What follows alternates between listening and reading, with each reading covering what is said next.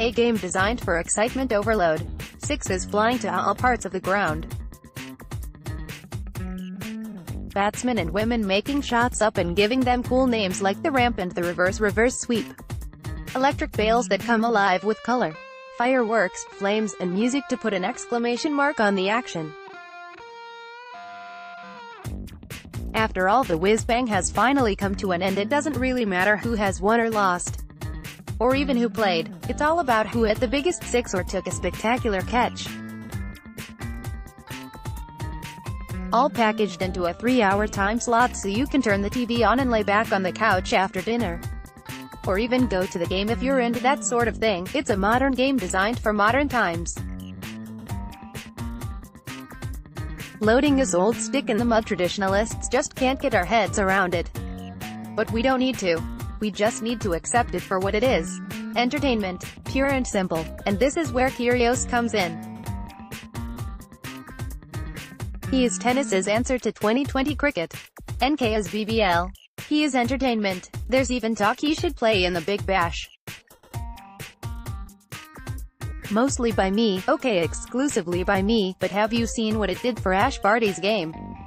Forget the Fast Four. Although this is the perfect platform for Kyrgios to shine on, all you need is Nick. In essence, he is everything that is 2020. When you think of him in this light, he transforms from the most polarizing figure in world tennis who draws mass outrage in equal measures to mass adulation for everything he does. Kyrgios experiences plenty of highs and lows on the world tour. Credit, app wiener, hooray, tank, boo, I couldn't care less, bore, spider bite, yada yada yada. Every time he steps on the court something happens. Loading even when it doesn't, like his game against his good old frenemy Bernard Tomic that never really achieved great heights, but ended with a bizarre underarm trick shot serve that even had the umpire asking himself whether it really happened. There'll be a mix of 50 million aces, 40 million unforced errors, balls hit between his legs. That's what we hip kids call tweeners, when a normal shot would probably work better, but not look as cool. Leaping forehands that are impossible to lay a racket on. Arguments with the umpire, arguments with the crowd, arguments with himself, arguments with his entourage.